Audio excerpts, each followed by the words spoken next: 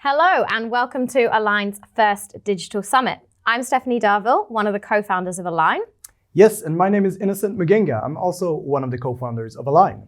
And today we've created this event, which we call the Career Puzzle. So navigating job and gig opportunities. And Stephanie, what are you excited about with today's panel? It's hard to say because the schedule is packed, but I think I'm most excited to see what people at home listening are learning from it, seeing your questions and seeing what value you get out of the event today. Yes, so drop your questions in the comment section below. And what are you most excited about, Innocent? I would say I'm most excited about the mix, so the diversity and different perspectives we will have from all these experts we've invited. So I'm excited to learn myself. And to kick us off, you will actually give us a keynote. So the stage is yours. Perfect. Let's do this. So if you are also wondering what is behind me, these are the names of the different panels that we have coming up. So just to get you excited, we have one I'm new here, one called Empowered, one full-time employee or freelancer, and the learning age. But to get us started and put us in the right mindset, I'm going to talk to you about how lifelong learning creates professional opportunities. So everybody here and everybody at home, I'd just like you to take a second, close your eyes and imagine education. Now that many people will interpret it in their own way, but I would bet a lot of money that most of you have an idea of some tables, sitting with some chairs, probably an adult at the front of the classroom and a child sitting there. And that's one of the things. People still associate education with children and something we do when we're younger. But actually it's a lifelong pursuit. And often what people are imagining when they think of education, it's actually schooling. So that's why I want to try and change your minds, make you think about education as a lifelong journey. And also looking at nowadays in society, we look less at conventional education. So that's generally fixed in a classroom, looking at validating the completion of the course. But actually now we see society moving into streamed learning and seeing people looking at the validation of the knowledge you have and the incremental bits that you pick up. So if you take away nothing from this talk today, I'd like you to remember three things. The first thing is 2.5 times happier. The next one is 87% of opportunity. And then $6 trillion. Now I'm going to talk you through those three bits. So the aim of this speech today isn't to explain what lifelong learning is or why you should do it. We see that the desire to learn isn't an issue in society, but it's people looking for the right tools and behaviors and understanding how they can do it and also the impact that this can have. And specifically about the opportunities that you can have when you do participate in lifelong learning. So starting off as the individual, so everybody here, what is very good and nice news to hear is that there's been some studies done and actually participating in lifelong learning boosts your happiness. So there's a happiness index of lifelong learning called HIL from 2014. And they saw that people that participated in regular lifelong learning had 2.6 times improved self-esteem, 2.5 times improved personal development opportunities, 2.5 times less negative emotions, and 2.4 times higher sense of purpose in what they do. So it's not just to boost your professional opportunities, but as an individual also has a lot of benefits. Now, if we look at the opportunity from a company perspective, actually McKinsey has shown that 87% of companies either have a skills gap now or they will within 5 years. So some companies may stress and may worry about those figures, but actually as employees, we need to look at that as our opportunity. That means that 87% of companies are going to be looking for people with skills like critical thinking, analysis, problem solving, empathy. So that is what we can actually contribute into the job market. And it's also, we see the rhetoric shifting. So it's becoming less of an employer's market and more of an employee's market. That empowers us. That's one of the topics of today's panel, but it empowers us to really state what we need. And there's also been a statistic showing us that departments that participate in learning and development actually have 92% more innovation, as well as 66% of millennials have said that it is their company's duty to provide learning opportunities to keep them in the company. And I think if we went to younger generations, that figure would increase. So actually, companies need to be offering the platforms for learning, the platforms for continuous improvement, or they will lose their workforce. And that is what we can use to our advantage when we're looking for either gig or job opportunities. Now, I've spoken to you about the 2.5 times happier, the 87% of the skills gap, which presents an opportunity for us. And the third figure that I spoke about was 6 trillion. So World Economic Forum has shown that just by re and upskilling our workforce, it'll add $6 trillion to the global economy. So not only improving your own individual happiness as well as your company's performance, you're actually impacting society in a very positive way. Now, that's the impact that lifelong learning can have, but a lot of people will be asking, okay, how do I start? So the first thing to remember, it's not force-fed learning. Compliance and force-fed learning is gone. What we need to look at is dynamic, self-led, personalized learning in the flow of work and life. And I think a lot of people can feel a bit scared about how they'll fit the time in to be able to learn and work simultaneously. But the good news is that it's proven that doing 20-minute sessions of learning 7 days a week is much more impactful for your memory retention, for your learning, for your creativity, much more impactful than doing one 140-minute session. So it doesn't have to be you dedicate a whole day, just 20 minutes a day of reading, of listening, of learning. And that is also why we have decided our panels are going to be 20 minutes each. So it's the perfect snippet of learning that you can do. So if you take away, as I said, with the 3 figures, the 2.5 times happier, the 87% opportunity, because there's 87% of companies looking for people with skills like yours, and adding $6 trillion to society. There's a quote, which is one of my favorites, that's used predominantly in fighting sports, martial arts, called win or learn, but now we see it coming into the job market, into life. But I would actually flip the script and say, actually, to learn or lose. If you're not learning, then you will be losing, both from all aspects of life. So what I want to ask you today is, how are you learning today? What bits of learning are you getting from each of our panels? We have an amazing setup of guests coming up, so please let us know what you learned from it and enjoy the rest of the sessions. Thank you very much, and now we're going to start with our first panel called I'm New Here, about creating professional opportunities as an immigrant.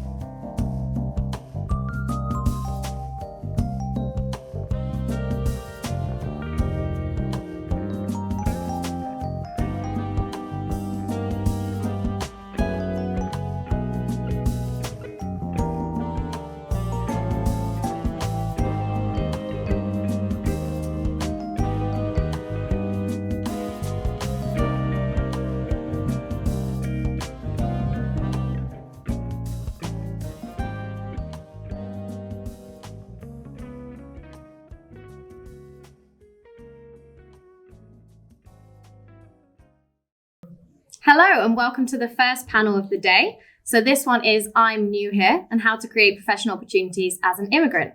Now I'm very happy to be joined by Shayna, Hira and Jill.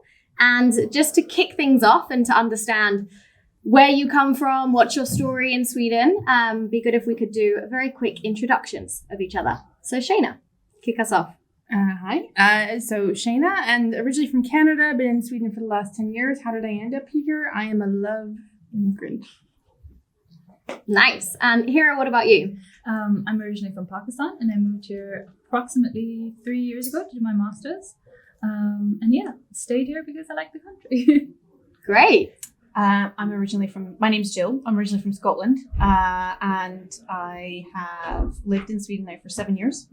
And like Shayna, I am a love immigrant as well. Nice. And just to give the audience some context as well, I am from the UK, so I'm also bred in Sweden, and I came here 4 years ago for work initially. And like Hira, stayed it because I liked it, and that's it. But you are all linked in some way in that you are very passionate about creating opportunities and creating a platform for immigrants in Sweden and telling their stories. So what do you see the commonalities between networking in Sweden versus previous countries that you've lived in? And I know all of you have lived in other countries post your native country and before coming to Sweden. So Hira, do you see any similarities? And also what countries have you lived in before to give a bit more context? I've hopped all over the place a bit. I've lived in the UK, the Netherlands and America for a while as well, along with Pakistan, of course. I would say there's a common thread there when it comes to people who perhaps don't grow up in a country trying to penetrate that job market, so to speak. There's a bit of resistance at first. Of course, you don't really necessarily know how to maneuver those unspoken social rules, for example, that you might not know you could be crossing. There's a lot of understanding that needs to happen regarding those. And then you're able to sort of break that barrier a bit when it comes to being able to speak to people in a new country and trying to crack that job market, so to speak. I see lots of nodding from either side of you. Jill, do you share the same thoughts? Yeah, definitely. I haven't traveled as much as you know, but I mean, I have moved from Scotland down to London, and then I was in Canada, and then moved back, and I went to Sweden. I came to Sweden, but there is definitely this journey. There's this kind of immigrant journey, and it not just within the job market, but within the life market as well, that everyone goes through to different degrees. You know, it's kind of a sort of bell-shaped wave that goes on about, you know, coming to the new country, experiencing the excitement, going through that honeymoon phase, and then kind of going into this dip of slow realization that, oh my God, everything is totally different, and I have to suddenly reacclimatize my own identity to a certain extent when it comes to entering the job market, entering, you know, the social scene and so on. So it's I completely agree. There's a lot of learning that needs to take place when you kind of go into that experience. And you came to Sweden 10 years ago now, Shayna, right? Did you find that you adopted a new identity of sorts when you came? And how does Shayna 10 years ago compare to Shayna in Sweden now? I think, 10 years ago, so I came over pregnant with my second son and, did the whole mama ledig, mama fika, meeting that whole circle. And when it was time to get work, just realizing that there's a lot of other people that are just as talented. I think I'm talented, that also are trying to find jobs. And what you need to do, especially 10 years ago when the tech scene wasn't what it was today, and where, English wasn't as, common in the workplace, was you need to sort of do something different. So I always say to people, like, instead of saying I'm looking for, say I offer, show how you bring value to company X. And that was sort of my light bulb moment when I did that. Like, the game changed completely. I really love that. Just changing the rhetoric can completely change how you approach opportunities. And I'm interested, so when you first made the jump over the water, whichever water that may be, what were you most fearful of in a professional sense, Jill, when you're moving to a new country and sort of establishing a new career as well? I think it's exactly what Shayna just touched on there. It's like, is my value as my skills, my experience, what I have to offer, is it going to be valued? Will it be seen as something that is worth having within the context of, the Swedish labor market, for example. So that was something that had bothered me, and still does to a certain extent, because I think, there's no real getting away from the fact that, as despite the fact that we, essentially have acclimatized to living here in Sweden, we speak Swedish, there's still this element of, I will always remain an immigrant here because I'm born abroad. So there's a kind of an element of, I have to prove that my value is there, that whatever it is.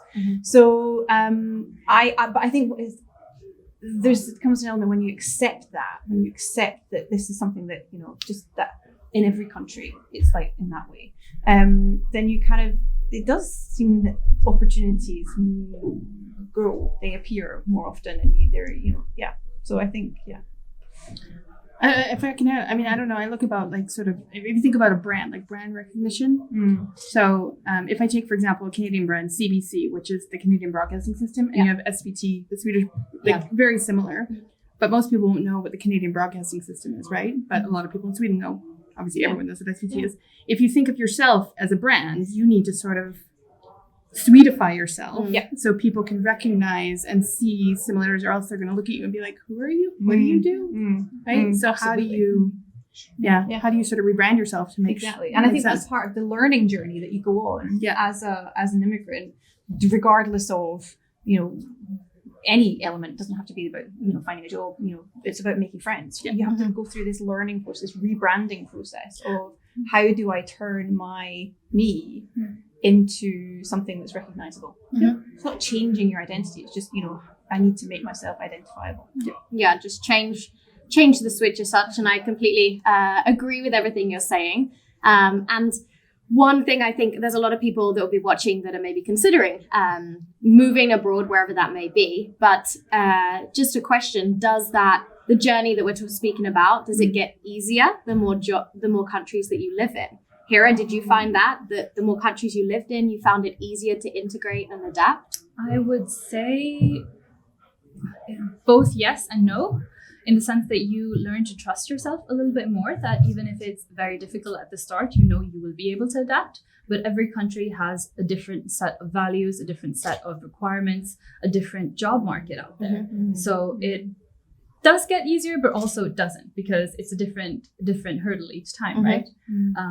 So that's, I think, how I think about it. And coming to Sweden in particular, there was a bit of an aspect of time urgency as well, because I moved here when I was studying. So you have a certain amount of time to look for a job after that. And then trying to crack that job market in that specific time, while having sort of completed the list of requirements, that you Swedify yourself a little bit more, you try to get a degree, you try to learn the language as well. That's an interesting experience, and definitely a learning curve as well, like you touched upon. And what was your approach, Shana, when it came to networking, coming to Sweden, or previously you've lived in Ireland and the UK as well? What's your approach, or what's your process when you first land in a country?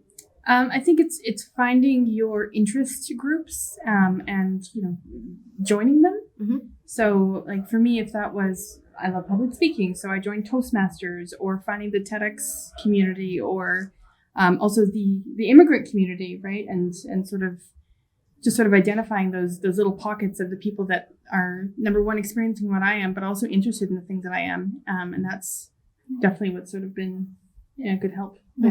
And if I could add on to that, because I went through the similar journey in the middle of a pandemic, so a lot of the in-person events were a bit out of the question.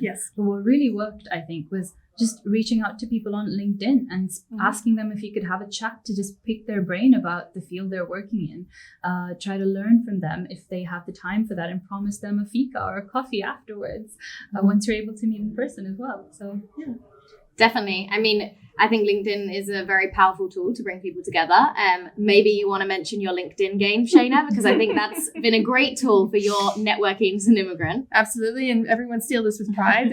So we played the game earlier today, and basically it's super simple. You meet someone new, And you have to guess how many connections you have in common on LinkedIn. Person who gets closest wins. Other person buys them a fika or a lunch, depending on where your price went, or nothing at all. But win, lose, or draw, you come up with a meeting.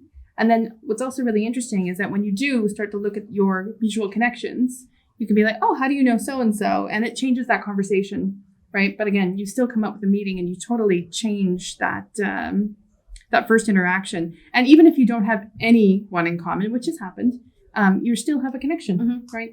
You're still coming out and hopefully going for that lovely fika, and, right? And I think it's a great game. What is your win-loss Oh my gosh. rate? I can't comment because I don't know. But if there's anyone out there that wants to help me build an app, I'm game. But I see a very common thread in terms of finding common interests. And personally, from my perspective as well, being an immigrant, I find the quicker you can get to common interests or common connections of people, the better it becomes, because it stops people just putting you in the immigrant box of you're not, where are you from? You're from this country has this associations. And actually you get to the next stage when you realize, I mean, all of us are much more than our nationalities. So when you actually get to the next stage of common interests, you can progress further into creating a better connection. Yeah, exactly. And I mean, if you think about also like a vouch, right? Like the same thing as if you get a job, you get a referral. If the more people you know can vouch for you and say great things about you, that also helps with building trust. And hence the reason why that game is also fun.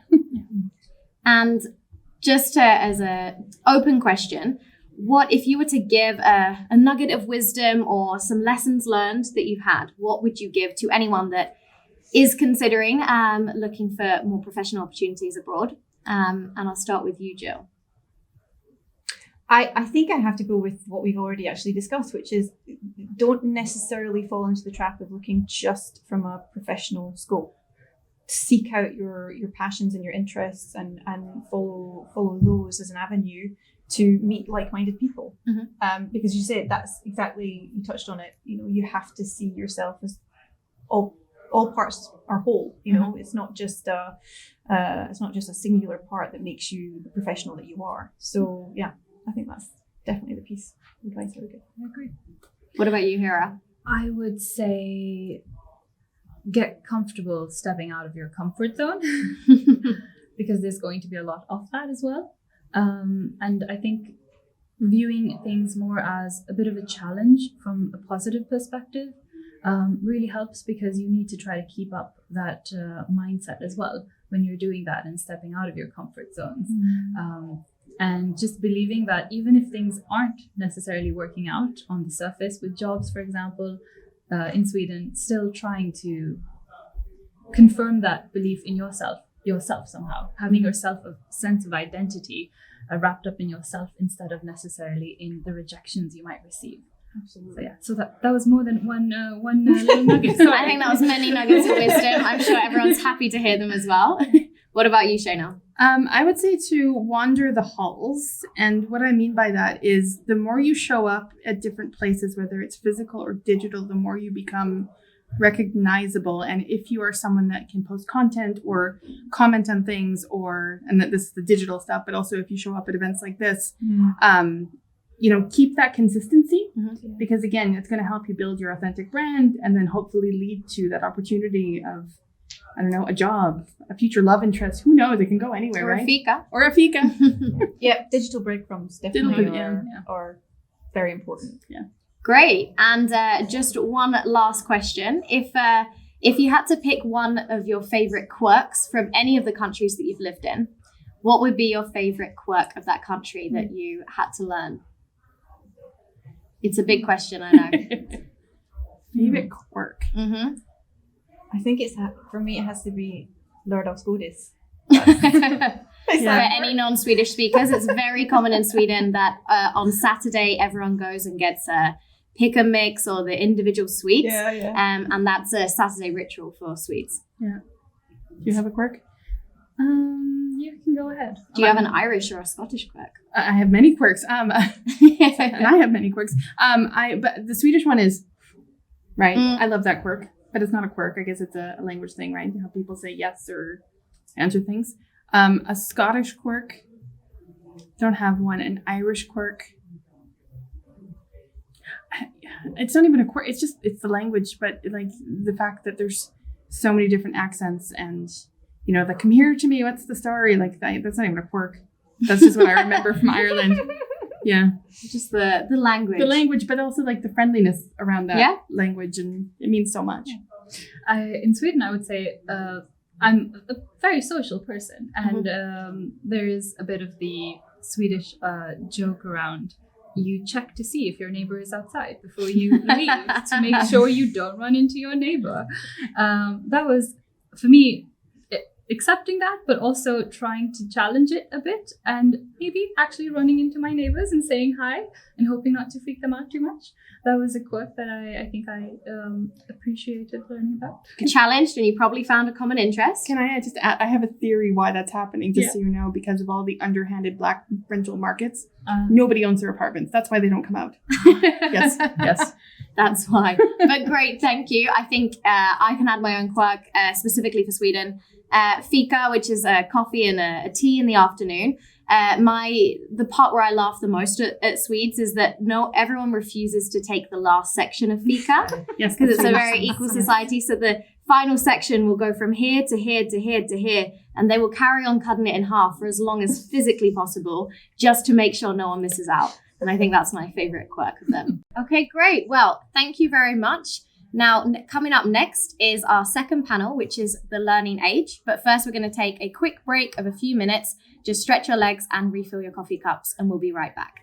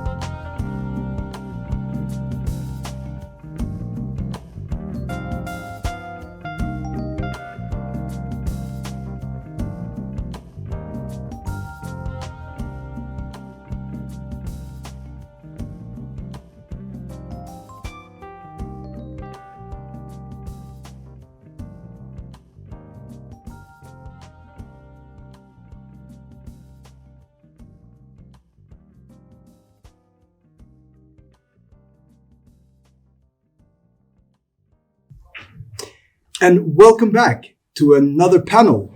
This panel is called The Learning Age, and we have three fantastic guests to explore this subject. We have Paulina, Sophie, and Lotta. We can start off with a brief introduction of yourself, and then we can dig into the questions. Starting from here. Sure. So I'm super happy to be here. My name is Sophie Navseth, and I'm part of the core team at a AI and learning company called Sana Labs. When I'm not doing that, I'm also part of the Women in AI community and the ambassador here in Sweden, working for a more gender equal society in AI. Brilliant work. And I'm Paulina Modlitva. I'm an angel investor in Aline, actually. Yes. So I can now call myself an investor as well. But apart from that, I have a tech background, studied and did research at KTH and MIT Media Lab.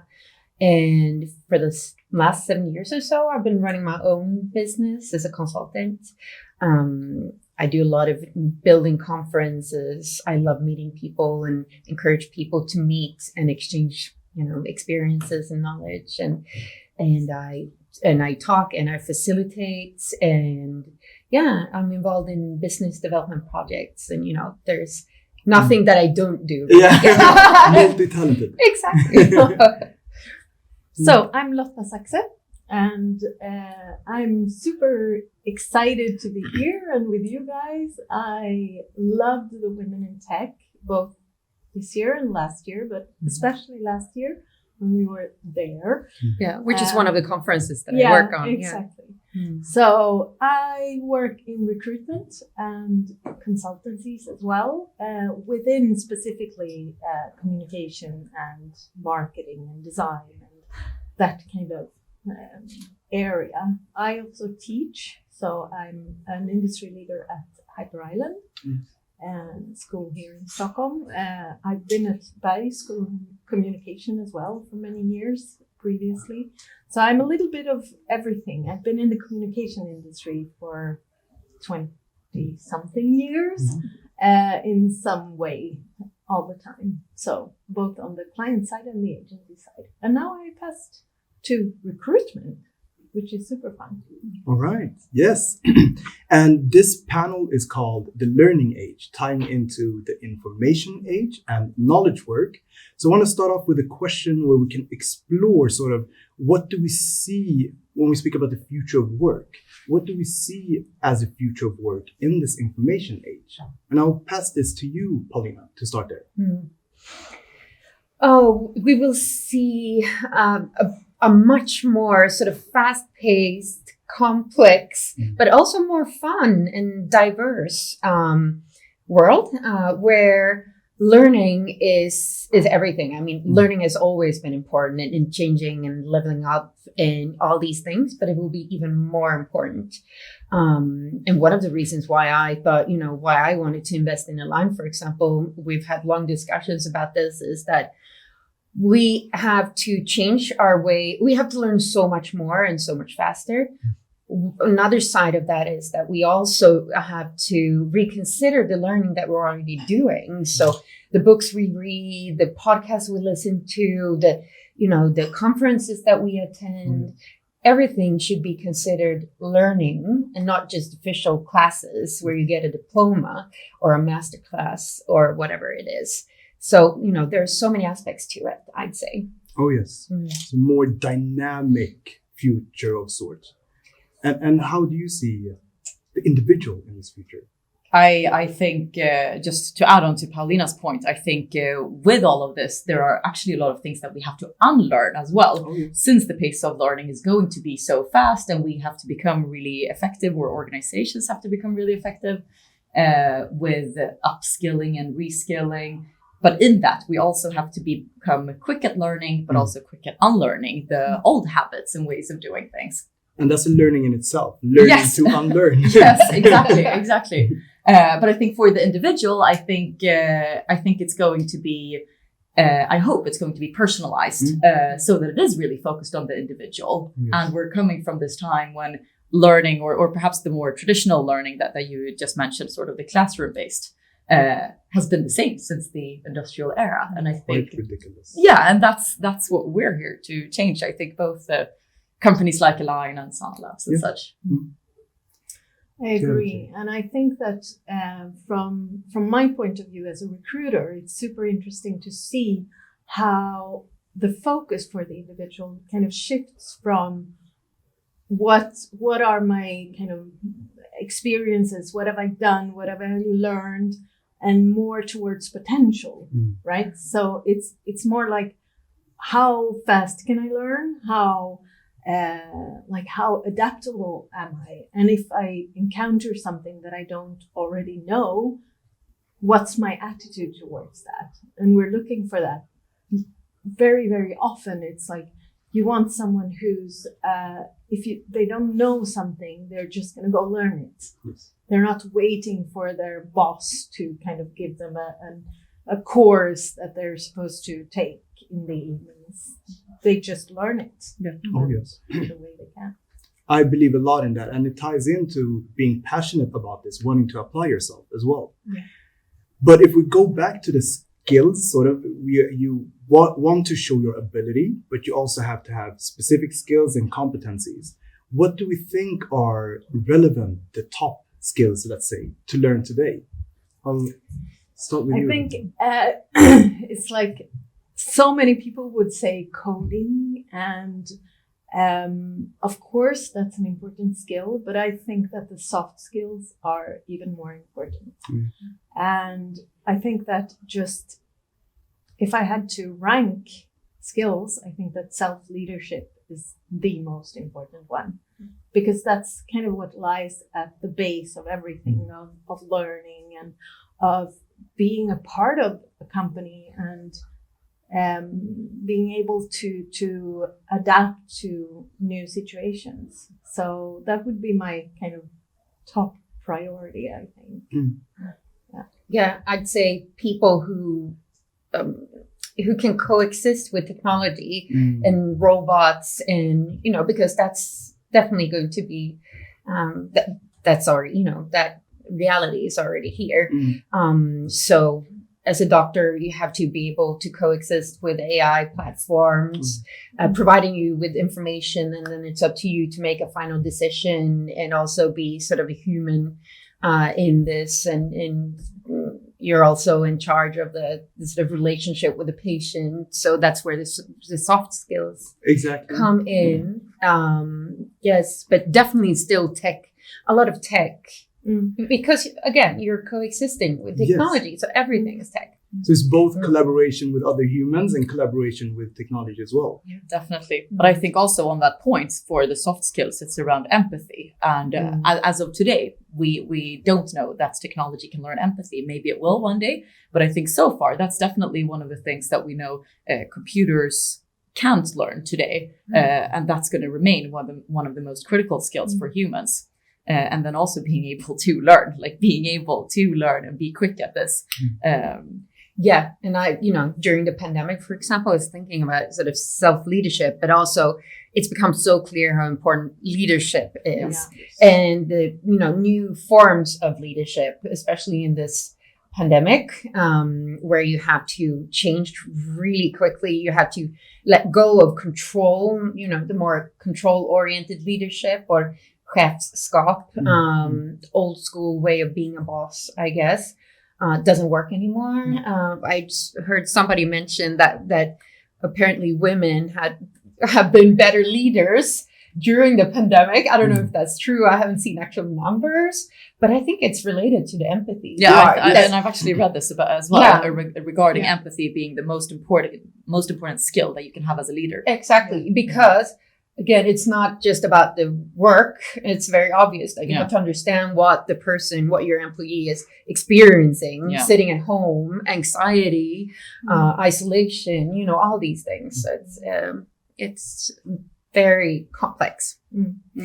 I think also, to add to what you were saying, it's we see very much that something that is so needed is, yes, this kind of ability to coexist with tech, but also like just a general digital savviness or something, being, having an idea of how things work, because that's kind of essential in any role For sure. today. For sure.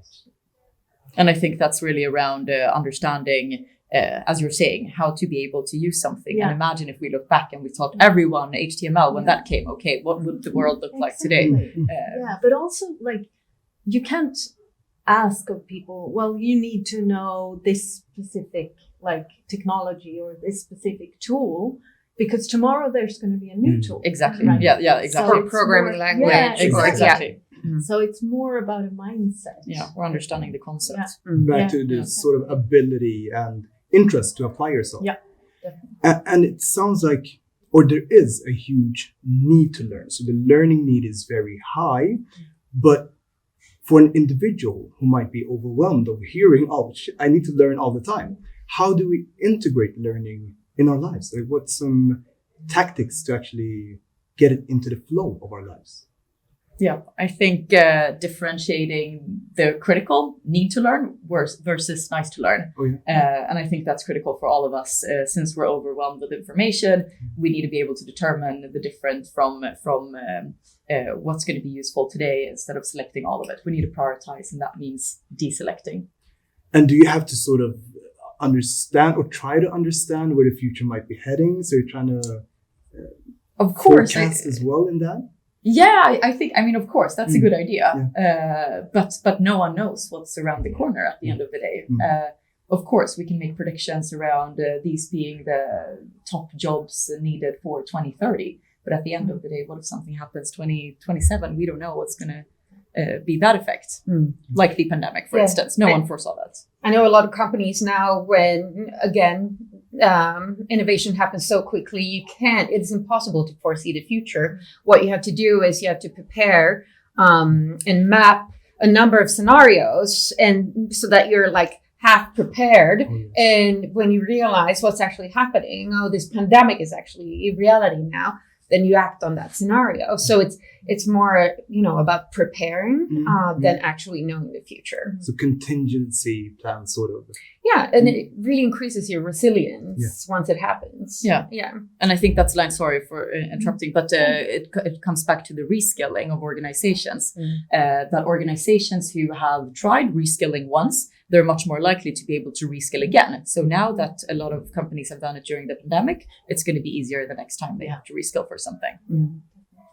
And I think also, to add to what you were saying, Sophie, that of course, kind of being able to see what's important to learn, but also follow what you like to learn. So more kind of lust driven, I see in general, like we were talking about the future of work, I think it's going to be more lust driven. And I think it's important to kind of learn things that you want to learn. So yeah, and I was thinking about coming here, like, how do I learn? And I think that it's like what you were saying, you listen to things, you just take it in. And I realized that I've been redefining my own learning in the past few years, because before maybe I had kind of higher expectations on myself, like, okay, if I'm learning, I need to write it down, and I need to take a test, and I need to make sure that, and now it's more like, oh, I heard that the other week, so I learned it. Now I know, and it's more of a curiosity, I guess, kind of having always this, when you pick up on something that sounds interesting to listen. Yeah, but also when I think about sort of me studying for like until I was 28, the amount of books and, just knowledge and learning that I had to do, I learned so much that I never actually will use. And that's an important part of, for example, platforms like Sana Labs too, the personalized learning, that it becomes more fun when you use platforms and technology to understand, number one, what, your way of learning, so that it becomes more natural, but also what you actually have to learn, like what gaps you have, which makes it much more efficient. So that's another way of making it more sort of graspable and less stressful, I'd say. Oh, yeah. Yes. So not learning just for the learning's sake, but having output for it to be able to create, produce, and create opportunities, rather. Yeah. And you mentioned we've been talking about organizations here. Yeah. What do we say to organizations who think learning is just a nice to have? That's it. Learning. So obviously, I meet a lot of companies that work with learning, and many of the companies that I meet, they need to put learning at the strategic agenda. HR and learning, they need to get a seat at the table, and this needs to be prioritized. The budget needs to be there for learning. The budget shouldn't be there tomorrow. It should be there today. Otherwise, they're just postponing that challenge. Yes. So I think just like any other CXO, so should CLO, learning chief learning officer or chief HR officer. They should definitely have a seat at that table. Yeah, we're already seeing the big tech companies developing their own universities. Of course, smaller companies probably can't do that, but it's also an important part of an increasingly important part of employee branding. Employers or employees look for companies that really take this. That really, finds learning important and acknowledges that. And so that's the kind of workplaces that people want to work at. Do you see that, Lotta, in working with recruiting as well? Yeah, definitely. The focus on where can I develop, like where can I learn and move on, and kind of, I think that has been a shift. I think that people before maybe when they were thinking about changing jobs, it was more like, okay, I'll do the same, but somewhere else. I'll try a new, exciting spot for doing this. But now people really think about, okay, what's the next step in my development? What's the next step in my learning? And I think that's very exciting. And we do see a lot of organizations that are not quite there yet. And we as recruiters also have to try to guide them, but we also have to be able to identify that, okay, you are not going to like it here because they're not there. More traditional. Exactly. Just to add, it's about building the skills for being a global citizen, not building the skills for this particular company, but rather, okay, how can we build you at this company as a part of your very lifelong learning journey? Exactly. Brilliant. And finally, going back to the individual, so what would you give as advice? How can one showcase one's ability and interest in learning before using Aline, let's say? Yeah, I was going to say, use Aline.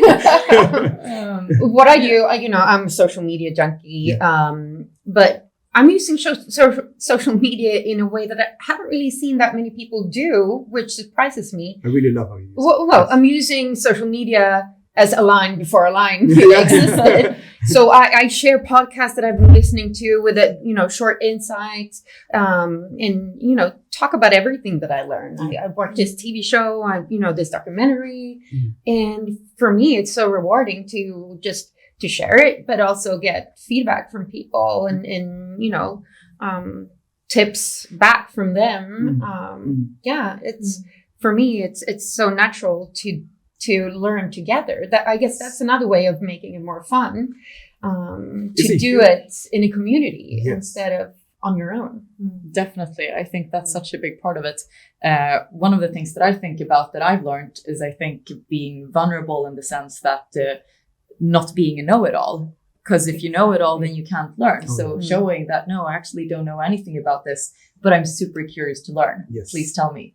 I think that's a big change of mindset. Probably. Yeah, that's exactly what I was going to say, because like if I have someone applying for a job saying, yes, I know everything, I can do all of that, then I get a bit like suspicious. Yeah. And I want to hear like, okay, but what do you want to learn? And sometimes you encounter people, and I think that's learning. That's something that you have to unlearn, that you are not supposed to know everything. Yeah.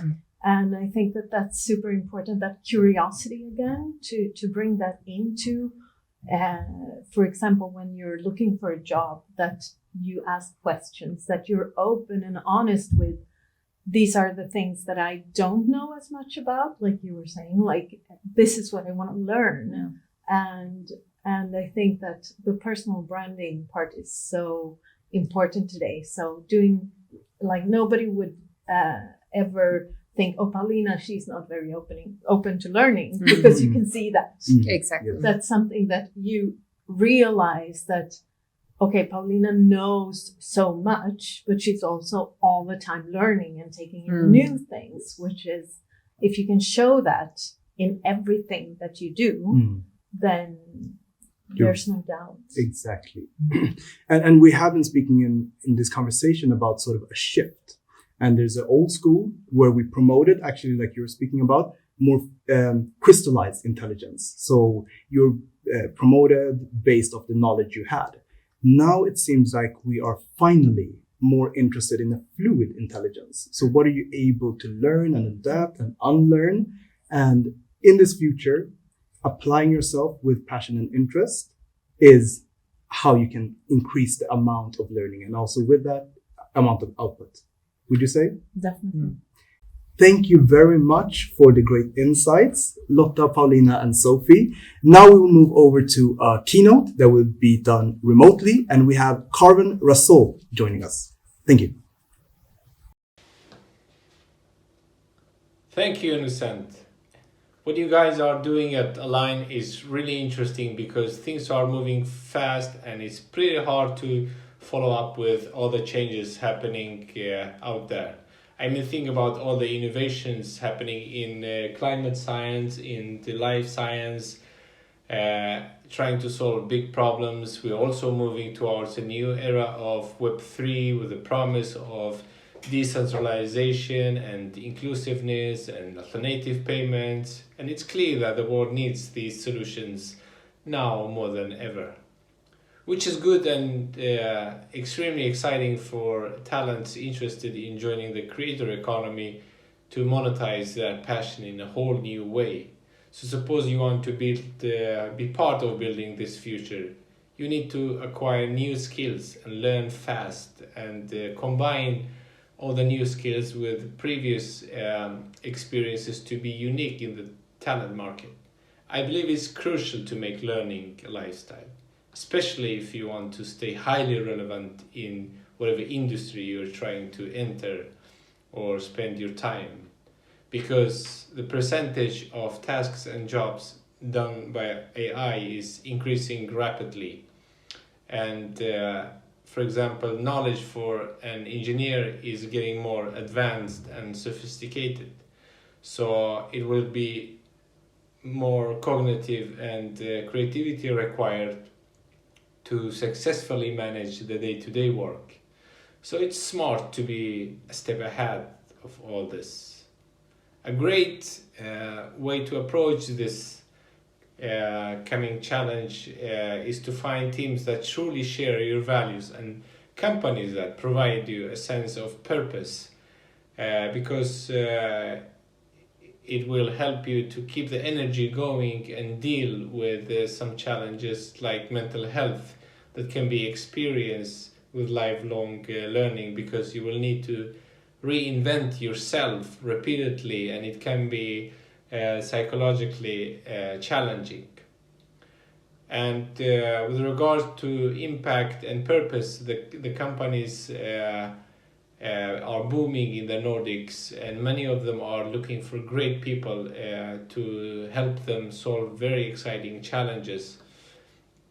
And according to a new study, the impact startups make up 24% of all the job openings in the Nordics. So, and you can find some of the coolest teams and companies on jamvalues.com. It's also worth a reminder that we spent a huge amount of lives working. Most of us spend approximately 80,000 hours during a lifetime. So why not spending all this time and energy on something meaningful? It's also much more fun and easier to learn new things and innovate when we do things that matter together with like-minded people. One exciting thing any talent should be aware of is creating a growth mindset, which is a belief that your talent can be improved through hard work and good strategies, and the benefits are really limitless. Some companies provide learning and development opportunities to help you create a growth mindset, which is really excellent and good for everyone, but you can also create by yourself.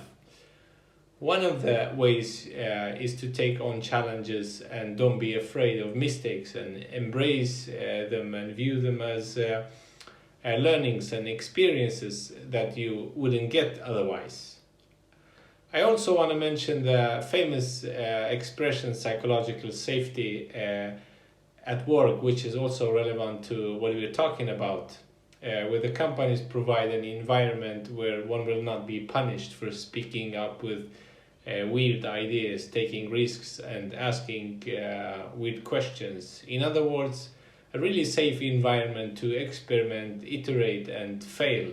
This will help you to create a growth mindset faster.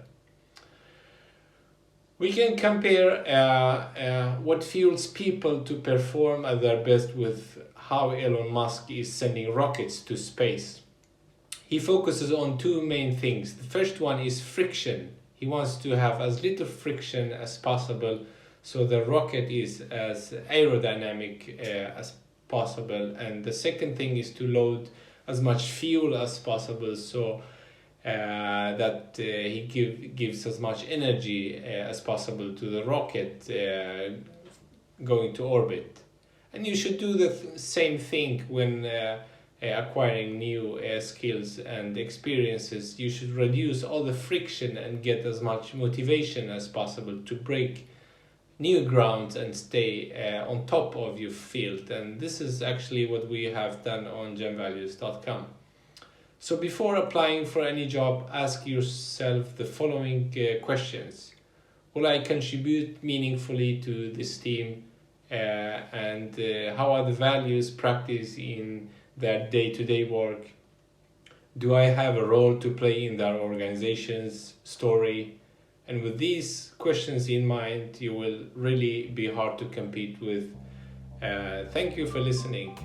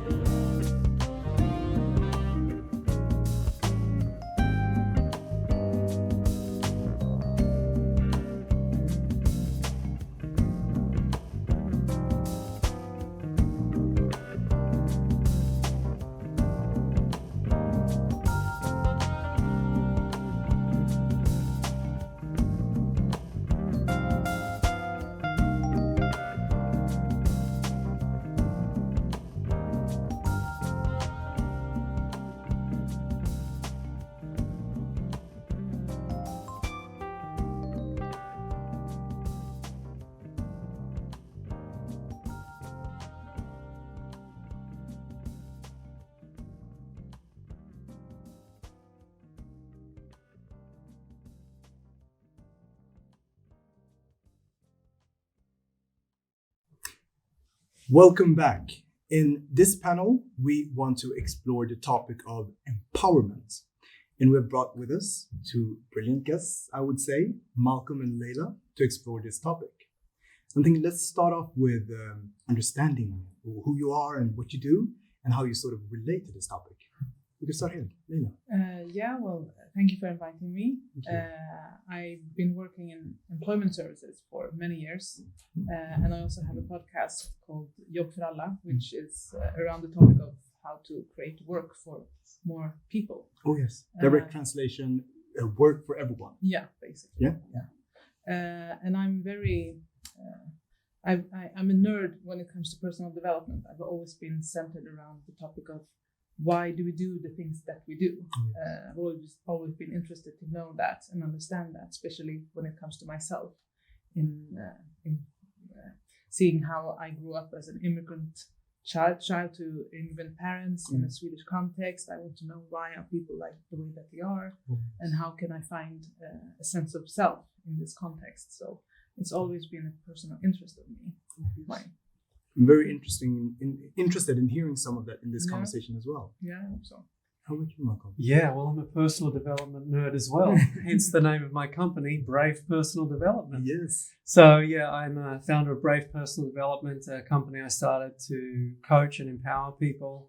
I'm also leadership and culture consultant at Hammer & Hanbury, prestigious consultancy that's helped creating the future of work. And I've spent the last 25 years understanding how to empower people through language and how we can also really empower people by helping them understand what they're actually good at. Because I think that, quite often, and I'm jumping into the topic now, is that, quite often people say, well, I'm an accountant, but that doesn't tell you actually what they're good at. Or I'm a IT developer, but what are you actually good at? And so for me, empowerment, one of the first places empowerment starts is with language. And I really am extremely passionate about language, NLP master practitioner. And for 25 years, I've studied how can we use language to empower people and direct attention. So it's really a passion of mine. I'm thinking, let's start off this conversation with clearing out some misconceptions around empowerment. Great. So what would you say are some misconceptions around empowerment? Yeah, so I think, when it comes to common misconceptions, one of the things that I see working with organizations, because as a leadership and culture consultant, I'm inside companies large and small all the time. And they keep calling me to get their people engaged. Can you engage our people? And one of the things I reply back is, could we empower them instead? Because it's actually empowerment that creates engagement. It's like, do I know what I'm supposed to do? Am I empowered to do it? And do I have this sort of space around me to do the job in the way that I would be able to do it best? And so for me, one of the misconceptions around empowerment is actually that thing of engagement versus empowerment, because I think companies are mixing this up all the time. Because they're asking me, could you give us the icing? And it's like, what about the cake? Sprinkle in some engagement. Yeah. Like, what about the cake? But I think as well, we need to really think about this we can think about this topic on many levels. So one of the things that I think about is, inside companies, do people know their place, like in the structure, and feel like they understand it enough that they can take action? But I think as well, and this is something I think will cross over into the area that you speak about, is around identity. That people have a strong sense of self-identity and are able to know it for themselves, but also convey it to other people. Because that creates belonging, that creates space.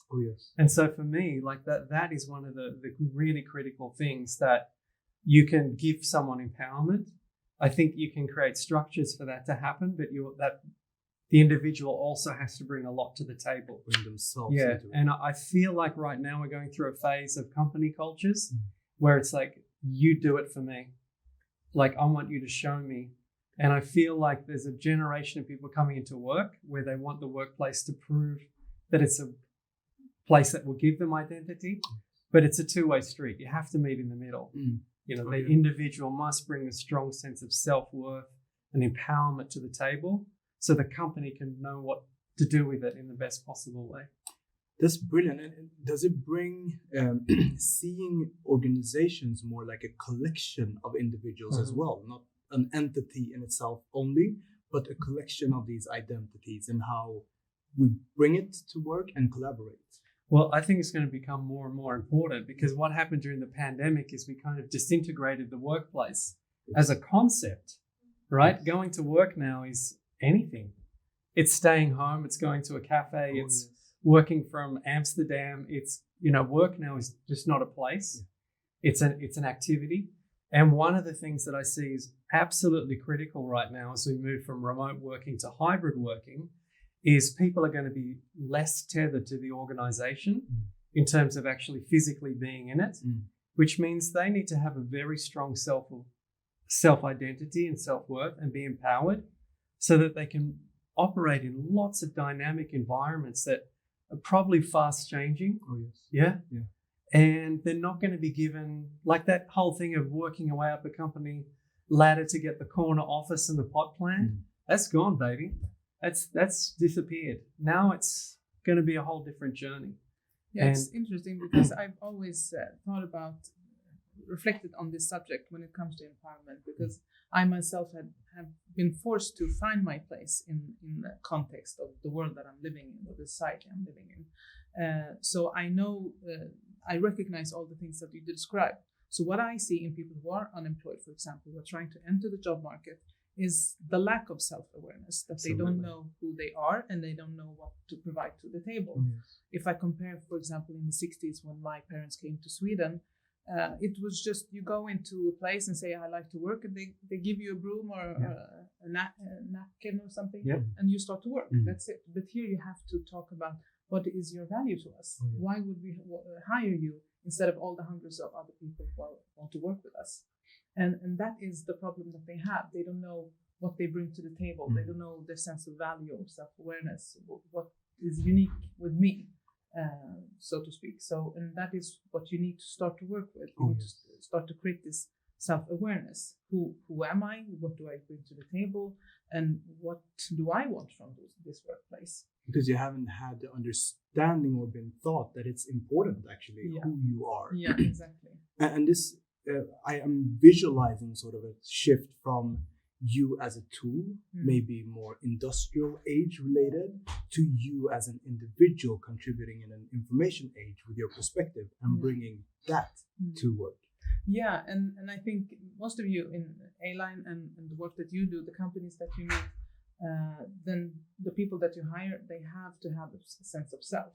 But in the line of work that I work, in employment services, then it's the more simple work. You work as a truck driver, or you work as with cleaning or something more simple.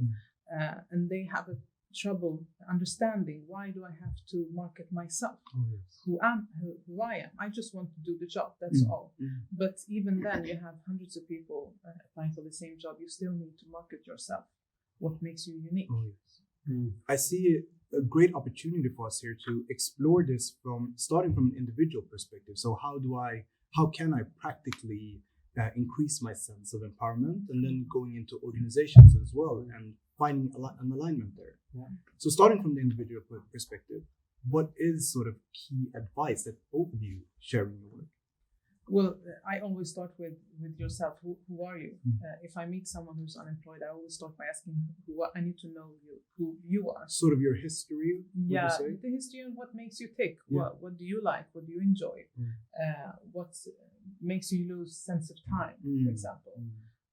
Start there. Even if it's far distant from the line of work that you're applying for, you still need to find something that makes you engaged and focus on that. Sort of, what do you tend to do when no one's watching or when you're not forced to do anything, and find keys from there.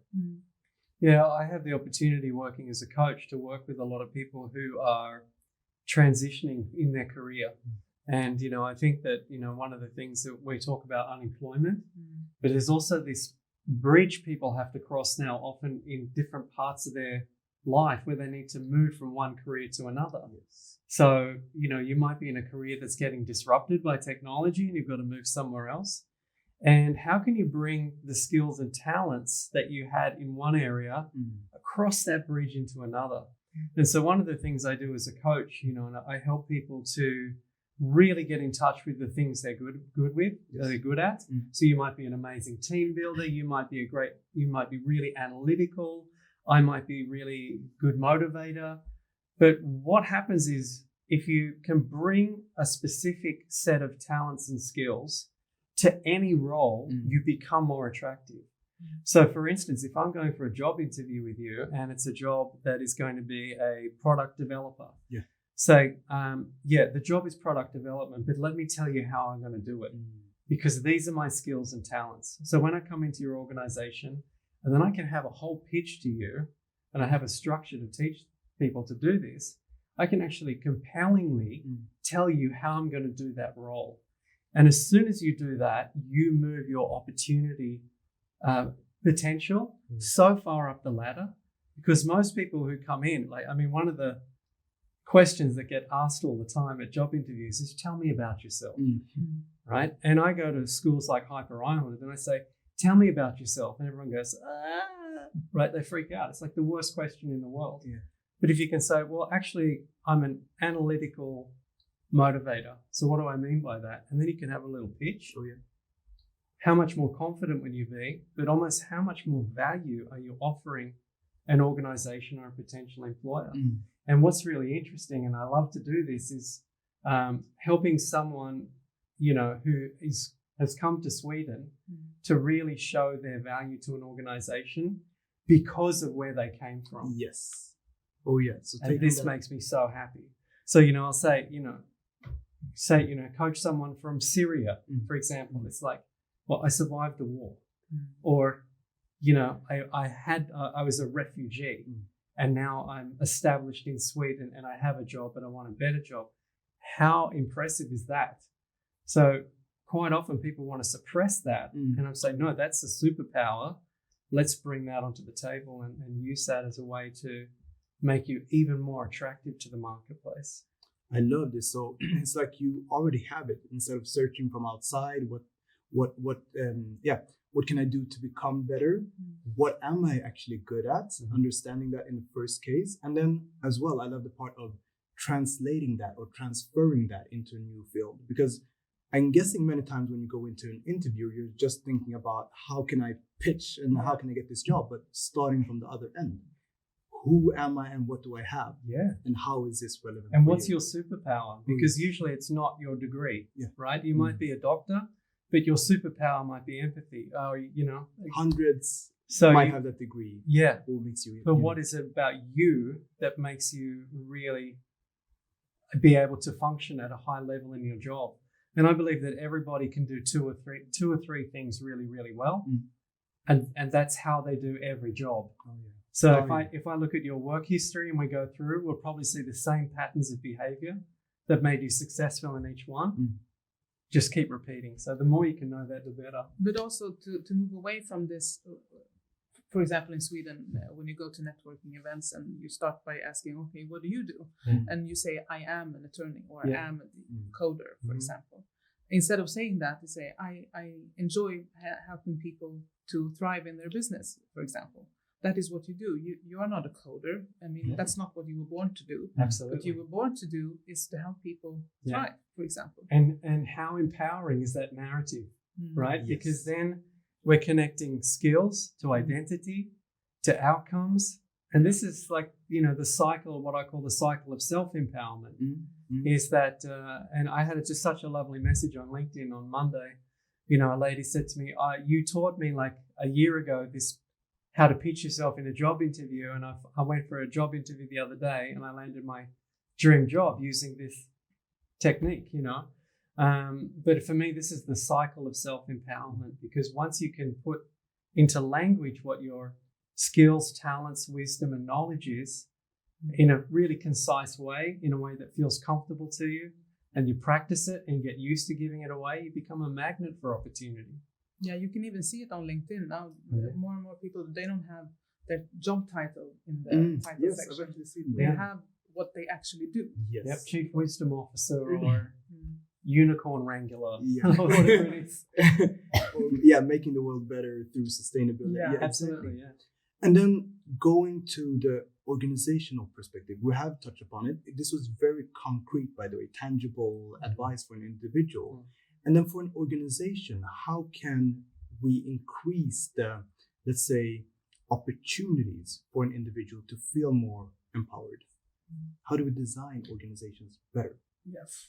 From my experience is that you need to, managers, for example, they need to have more, in Swedish we call it tillitsbaserat ledarskap, which means trust leadership, basically, that you trust that the people that you are in charge of, that they can do the job, and that you trust them, and you coach them more than you manage them, basically, because then you feel more empowered, and you feel a sense of, okay, my manager believes in me, so and trusts me to do a good job.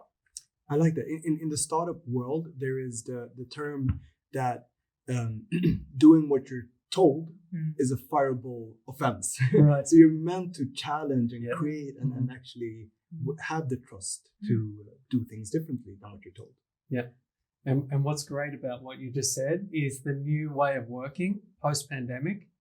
Like, there's no leader cannot be that kind of leader anymore because their team is no longer going to be in front of them all the time. For, in terms of knowledge workers, they're going to be distributed, in a hybrid way. And I think it's just going to be this ongoing effect of people moving out of the mothership and only using the mothership, as my friend Kristen calls it, just to come in and collaborate, meet, socialize, get connection, have that feedback time, the coaching that you mentioned earlier. But the actual work can happen anywhere. And so we're going to develop, leaders are going to have to become this, very trusting, very trust-based leaders. It's not going to be about that anymore. But it's also a fine line there, because some leaders, they take it too far, and that they release all control whatsoever from their teams. And you still need to be in touch with the people that you are in charge of, and you have to always show that you care about them and ask them how's it going, if there's anything I can do for you. So you keep this contact with them. Otherwise, you lose touch, and they feel a sense of nobody cares what I do. Exactly. Yeah. The way I have differentiated that is leading with context rather than control. Because it's also a very weak sense of control. Okay, I know that you checked in at this time, you were physically in the building, and you left at the right time. But that's really, it doesn't give you any control, or it doesn't tie to the output, basically. But by leading with context, okay, so this is what we're doing together as a team, and what can you bring to this? And actually having the individuals trying to understand the context deeper, and we're more of a partnership. So rather than this is an entity, this is what we're doing, we're a group of individuals with unique perspectives, and how can we, in this context of what we're trying to create, perform our best?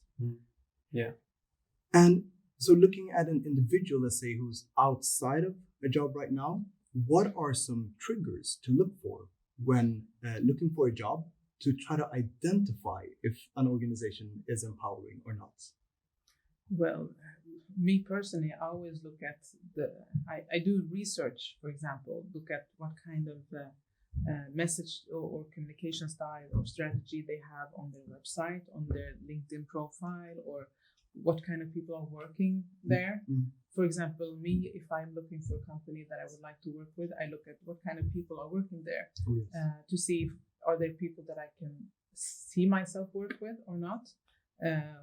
What do they communicate out on their webpage and LinkedIn profiles and so on, to see if it's something that I can connect with personality-wise, and see if that's something I can contribute to.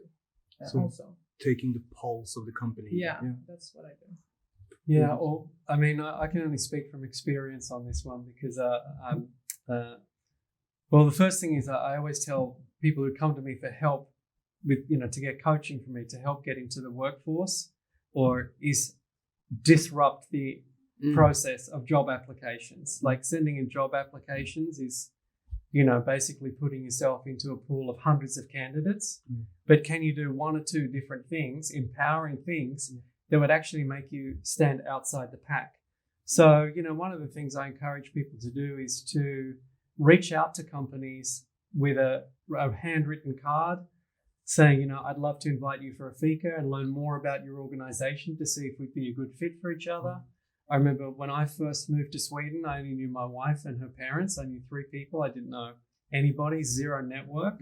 And, my whole approach there was just, I realized after, 20 job applications and zero response of any kind that this is a waste of time. So how can I go around the system, contact people, pick up the phone or send them a handwritten card, follow that up with a phone, and actually kind of differentiate yourself in the marketplace, but also kind of take that position, the empowered position of, I want to check you out to see if I think you're good enough to apply for. And so then the power dynamic of the whole job search just changes, right? And I remember when I came here, I'll just share a personal story, was, I had a job, got a first job in Sweden, and I wanted to take a step up after, 6 to 8 months, I can't remember.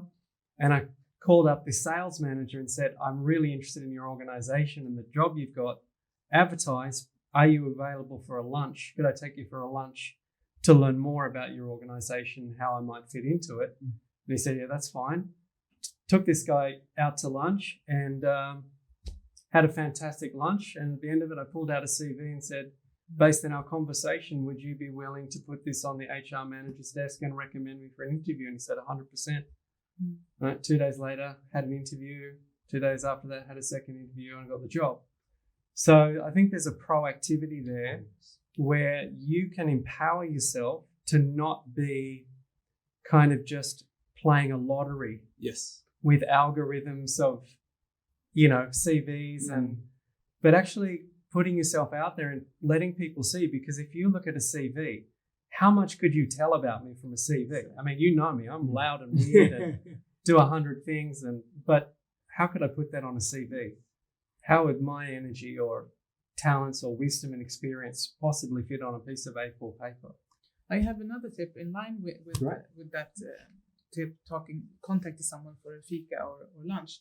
That is also, for example, if you want to transition from one industry to another and you don't know so much about the industry, you can contact someone on LinkedIn and ask them for what we call a backwards interview, which means that you want to get to know the industry through someone. You don't contact them necessarily to have a job opportunity. You just want to learn about the industry. And that way you can empower yourself more to know about the industry that you want to enter, so that when you do applications to different companies, you already know what you're talking about and you know what they're looking for. And from this person, you can also get maybe recommendations. This and this kind of company would be interested in someone like you. And that would be a much more informed application as well. Yeah, exactly. With having the knowledge about the field. Yeah. Can we just jump for a second to job interviews? Yes. Would that be all right? Yeah, sure, yes. It's your show. But Go ahead. But one thing that I just tell another quick story is that my wife entered the workforce, a few years ago after basically having a whole career as an opera singer. And then she went to university, got a degree, and then she had to have the first job interviews of her life, basically, because she used to do auditions. And she said, I don't know how to do a job interview. And I said, well, let's just Google the top 50 questions asked at job interviews. And there's lists of them online. And I said, let's just write a compelling answer for each one of these. And then when she went to a job interview, she went to her first job interview, came in and said, every question they asked was on the list. Right? Because most of the people interviewing are probably getting the questions off Google. It's the process, exactly. Right? Yes. And it's a ritual, right? A job interview is a ritual. So you can predict it. It's not going to be, I don't know, unicorn writing or something strange happening. It's like, where are you from? What's your experience? What would you contribute to the company? Where do you see yourself in 5 years? Are you a team player? They ask all these questions, right? So you can actually go through and prepare for all of the questions that you expect them to ask. Can I ask a question there? In her preparation, I'm leading towards an answer, but is she preparing to say what they want to hear, or is she genuinely preparing what is her answer to these questions? I think we did a little bit of marketing there. I helped her with that. But I think that the main point was that you can be very empowered when you go into a job interview. If you know what your skills and talents are, if you've practiced all the questions, if someone asks you what kind of person are you, and you say it, at the end of saying it, ask the person that's interviewing you, what kind of person are you? Oh, yeah. Put the question back across the table. Yeah. And the reason I asked my question was because I feel like many times when people go into interviews, they're so focused on saying the right thing or saying what the person wants to hear, but rather go in, be empowered, tell them, speak your truth, so to say, share who you are.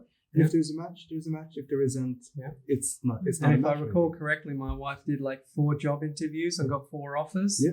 And then, this is empowered, she went to the clinic she really wanted, because she's a hearing specialist, she went to the clinic she really wanted a job at and said, I've got 4 offers, but I'd rather work for you. And they created a job for her. Yeah, because you don't want to seem desperate in your job application phase. You need to diverse yourself as much as you can and not get too attached to one specific job, and make sure that you are in a position of empowerment in that situation. And find the leverage in just being you, sort of. Yeah. This has been a great conversation, very inspirational, both with the stories you shared and very insightful, sharing your knowledge as well. Thank you very much. Thank you. And next, we will be moving into another panel where I will actually be a participant in that panel. Stay tuned.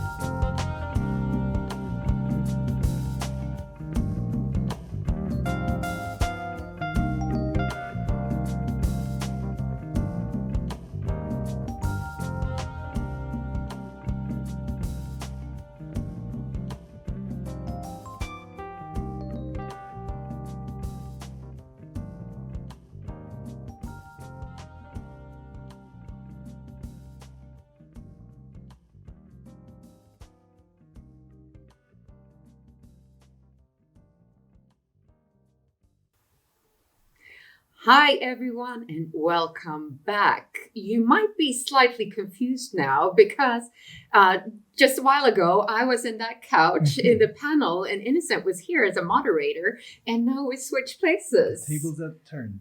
Yes, tables have turned. But as you will notice, considering the topic, I might as well be sitting in the panel as well. So this will be more of a sort of conversation between friends and I was about to say foes, but that's not really true. The topic of this panel is freelancer or FTE, full-time employee. So we're going to talk about sort of building your career outside of the corporate structure and what that means. And as I said, I have a personal take on this. I hear often that people view me as somebody who's brave because I left a full-time job when my kids were 1 and 3, I think, to build my own company. I never really viewed myself as being brave. I was more leaving a context that didn't make me happy, where I wanted to be a manager, but nobody listened to me. And I was like, I want to be happy. I want to work in a space with a boss who believes in me. And that's when I founded my own company, and that's 7 years ago. And, probably the best decision in my life, I'd say. So let's start with a personal take. In this panel, we have Tima Fofana, marketing whiz, working with e-commerce, website designer. I mean, you do a little bit of everything. Yes. And you've been working with Aline, of course, helping them out with their marketing efforts, among other things. Yes. We have Innocent Mogenga, one of the founders of Aline. You've also been a colleague of mine at a conference called Gather. Exactly. Yes. And we have Isabel Delaskiewicz. Wow. Well, Good job. brand designer. And so I would love to hear your take on this. I already told you sort of my take on this, but Isabel, let's start with you. Would you say that you have a moment where you actually felt that you did something not as traditional, where you took a leap that people were like admiring of sorts, or where you felt brave? I would say, entrepreneurship journey is all about brave leap and a step of faith. But one of those was, I would say, a few years ago when I was like doing freelance gig during the evening and working a full-time job during the day. I took 3-week trips to Australia to go to a creative conference, and just before COVID. And I went there and I just were amazed by this 10,000 creative people all over the place. And I've just decided, okay, I will not wait to have like enough gigs to have 100% of my salary paid. I've decided to go back to France and give my resignation letter and quit my job and start full-time freelancing without knowing what will come next. And I've done that.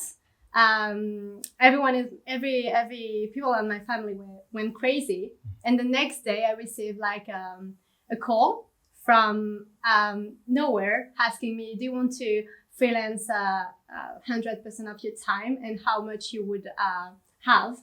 I'm not like saying that that amount. That doesn't happen every time. Please do. I would not say like quit your job, do this, and you will receive the call. But I would say like if I had waited, maybe I would have like not having this bravery in my veins today. I think having this step of faith before having the call changed everything in the way I'm working today. And the timing of this, you went to the conference right before the pandemic. Yes. So does that mean that you built your business during the pandemic? Exactly. Wow. Yeah. Like I mean the 100% time. Yeah. I've been like part-time freelancing for 3 years before that. But the full-time freelancing I started January 2020. Pandemic started 11th of March 2020. And I've been really having I've been lucky. Also working in digital during the pandemic helps a lot because everything went digital.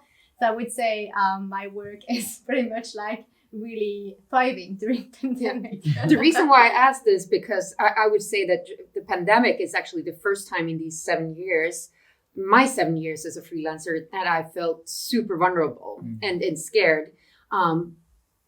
I know now that it only lasted for a couple of months because then the digital part of building conferences and facilitating just started to blossom, and it turned out to be an even better economy for me at least than the physical in-person one. But yeah, super interesting. So Innocent, what about your endeavors? So I come to think about sort of my transition from, so the majority of my adult career has been very entrepreneurially based, but I used to run a chain of fashion stores.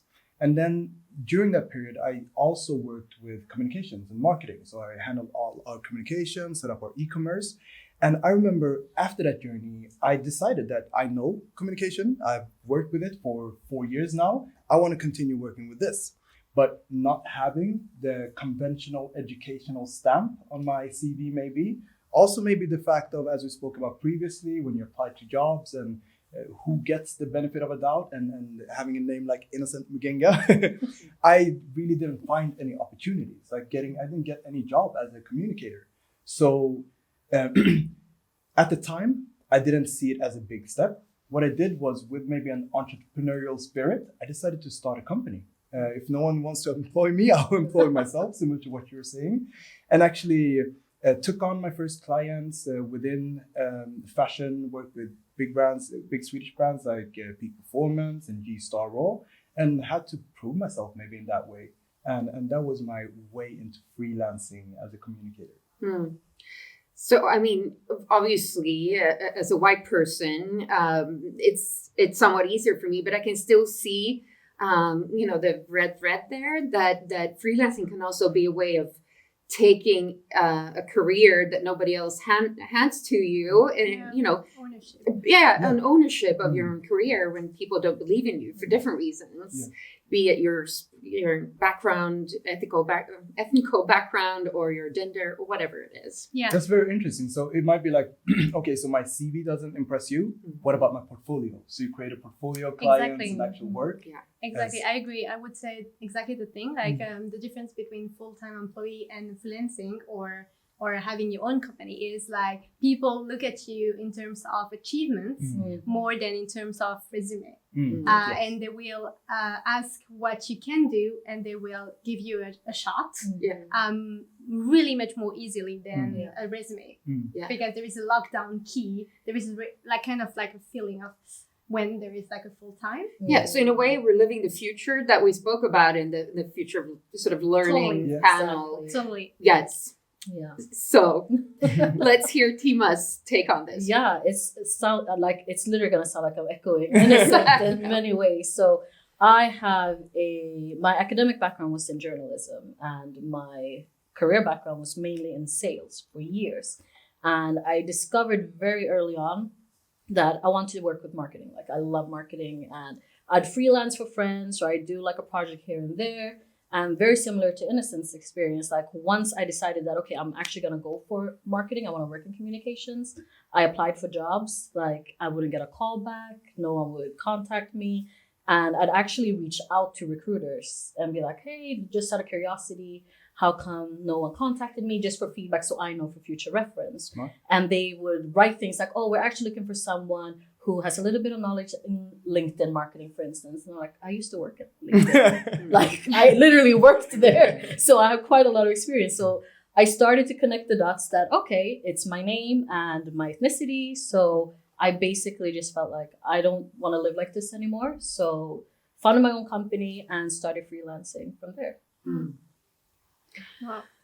Yeah, strong stories. It's sort of, both discouraging and so great to hear that it's still possible to find that route sort of around.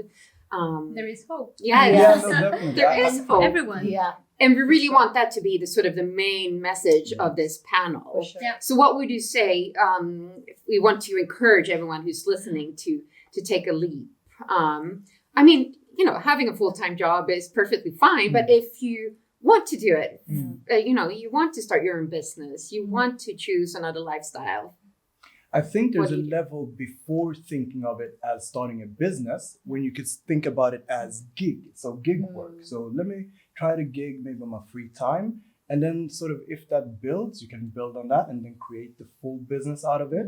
But it's becoming more and more easy to sort of try out without too much commitment. But of course, But how do you do that? Because I just quit my job. Yeah. And, I don't know if I was brave or stupid. Probably a little bit of both. But if you don't want to do that, if you want to start small, you could have a full-time job and be a freelancer at the same time, I guess. But what options are there? For me, it was like literally working at a creative studio as a project manager for really luxury good big brands. And I was like just falling in love with the DA team, all the creative team. And I was like, I will never know how to use Photoshops and everything. And I just started hanging out with people and what are you doing on the lunch break, like just looking at them because it seems like they don't need to eat. They were always working and everything, and just be attracted by the passion there and starting asking a lot of questions. Then looking for mentorship. Can you have time to help me? Can I help you with anything? And try to be just open to accept any where I can help. So start to volunteer and then help in organization, association for free, obviously, but where I can just learn aside and alongside amazing people. And when it's changed, it's the day someone started to ask me how much you would ask to do that. And I was like, what? Can I actually be paid for that? That's where my mind shift. And I was like, okay, now I can start to think as a freelancer. Maybe my work worth something. I really like that because you're really driven by your curiosity there. So you're letting your curiosity guide you and just where can I apply? Where can I learn? Yeah. I like that approach. Yeah, same. Amazing. What about your transitions? Like, did you do a stupid brave jump like me, or? Yeah, I did it more like you. And I'm thinking you said 7 years ago, right? Yeah. I think mine is maybe closer to 5. I don't remember. I don't have the best time perspective. But today there's so many more platforms where you could take a gig, get paid through the platform. So it's much more easy for you as an individual to transact with a company. So I feel like there's more. Yeah, you don't even need a company, an official own. Yeah, exactly. That's actually how I started. I put up a profile on Upwork just to basically freelance. So that's how it kind of started. But then it got to a stage where in my day job, my sales job, like it wasn't going well. And I had to look deeper within myself, like, okay, why isn't it going well? Because I know I'm good at sales. I know what I'm doing. And I realized that I actually am so unhappy. Like I used to be the person that didn't mind Mondays, but all of a sudden I started dreading Mondays. So I came to a point where I realized I have to love what I do and I have to feel excited about working and excited about Mondays. So yeah, I quit when I didn't really have any clients. I freelanced a little bit, but one of the things that I did, and even with Aline, was I was looking for companies that needed like interns, really. So any type of marketing intern. And I just reached out to them like, hey, I'm just starting my own company. I want experience. You need help. Like, you scratch my back, I scratch yours, kind of. So that's really how I got into it step by step. And I would add, like, if you want to help, if you want to learn, if you want to change career or do something aside, you have to also be really specific. When you come to someone and you say, I want to learn from you, I want to help, you need to first dig deeper into yourself and say, what do you want to learn exactly? Because like I see a lot of people, including me, Innocent and Tima, we are eager to help someone else achieving what they want, especially if I can make you learn something you need to learn. But I need to know what do you need? How can I help you? Yeah, exactly. So if someone come and say anything, I'm kind of a bit lost. But if someone came and say, I need to learn this specifically, and I see that in you, then I'm like, of course, whatever, I want to help you. That's so true. It makes it so easier. I could have some people getting in touch with me with, and when they're specific with, I'm studying UX and I'm interested in, getting in the field and understanding how to develop a product from scratch. Perfect. Let's have a conversation about that. And Rather than just, I'm interested in Alina's company. I want to hang out with you. Yeah. I would love to be able to do that. Yeah. But Yes, time. To the Time next is scarce. person in person. exactly. An important part of this is, of course, building your own sort of personal brand. You already mentioned that you worked on LinkedIn. Yeah. Did that help you in actually using LinkedIn to leverage your career and visibility as a consultant in any way? Or? Yeah, I mean, it helped in the way that I was familiar with the platform to start off with and knew kind of how to find companies to reach out to, what groups to kind of join, and just the conversations to really involve myself in, so to speak. But I think I didn't leverage it as much in the beginning. It was more emails and calls. I was basically cold calling and emailing people on a regular. What about you? Which channels have been important for referrals? So for me, I think there is no recipe. Like there is no correct recipe. There is more about like authenticity. Like stay who you are. If you are not eager to personal brand yourself on socials and put your face everywhere, I have a lot of people who brand the personal brands or the company, and they said, I don't want to put my face everywhere on my socials. I'm like, it's okay. If it's not fit for you, even if it's the trend today, don't do it, because at the end you will not attract the client you are able to help. So don't fake yourself, because people will see it on the long side.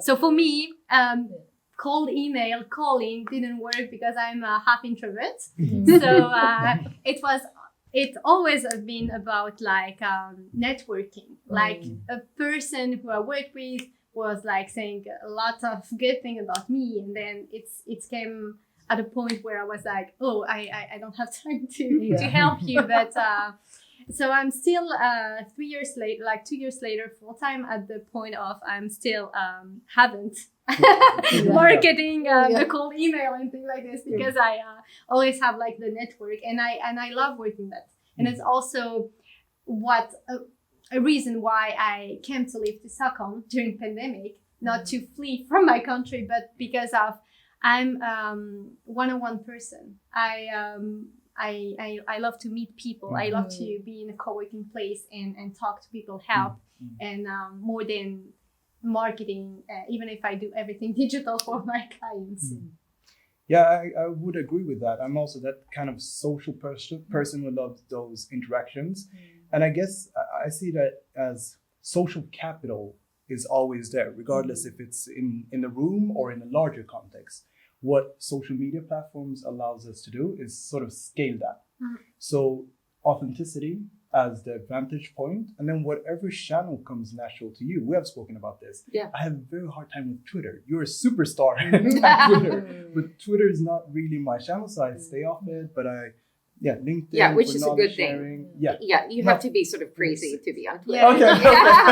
Is that what I'm missing? But no, it's staying true to sort of, it's just scaling yourself on these networks, basically. But what I would add with social is go where your client would be. If you do small businesses or individual entrepreneur, go to Instagram. But if you do big company, it doesn't matter. Go to LinkedIn, use Facebook groups, really market, do some researches, look where your ideal clients is hanging out. Don't spend too much time trying to be in 6 different socials. That doesn't matter, even especially if you're starting. If you're starting, you need to really be focusing on 1 or 2 channels. It might be really weird to say that in 2021 too. Lost count. But that's really will save you a lot of effort. A lot of time. One of my favorite examples is Innocent and the way we met. When you just contacted me and you said, I love Gather. I would love to do a podcast series, interview some of your speakers. And I just loved it. And you did it so well, which eventually led me to invest in Aline, because I know, that you're a person who who takes initiatives and do great stuff. So that's another way of building your brand. And yeah, I think there's something great there. So there, yes, I wanted to do something specific. I wanted to do the series, but out of curiosity. But I think a lot of networking is just, okay, you were in that context then, so I found you to be a very curious person. I didn't think maybe someday I'll get her to invest, or maybe like when we're when you're speaking to your clients, maybe someday this will be a client. Just giving, exactly, giving, and then ultimately, exactly. Great example. So we have to wrap up, but I love wrapping up the panels I facilitate with just like a recommendation, like almost a one sentence. Recommendations to the people who are listening. So I guess when it comes to this topic, it would be something along the lines of like on Monday, if you want to start your way towards a gig life, what action should you take? One action. Yes.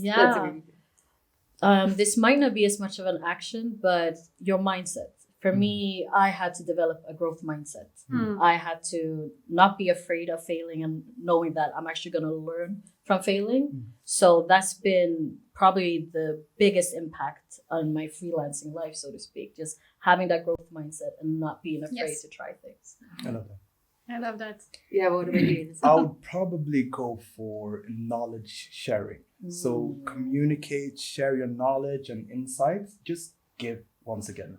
And without, it doesn't have to be super intentional. It is good if you have a call to action and all of that. But ultimately, just communicate, give insights and knowledge, and people will see you as knowledgeable. And when they need your service, they'll probably turn to you, hopefully.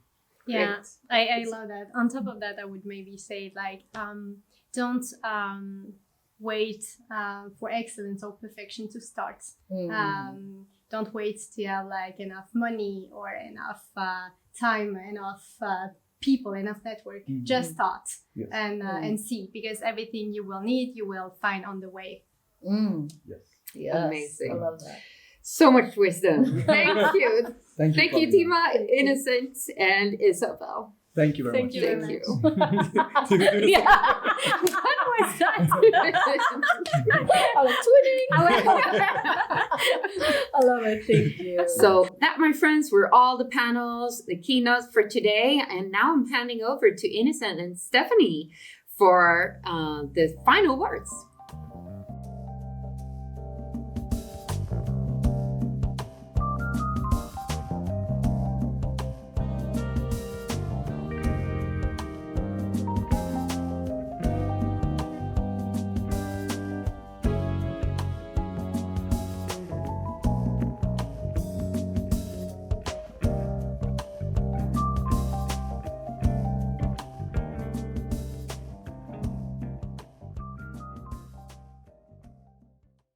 Wow, what an event, what an evening, and thank you for sharing it with us.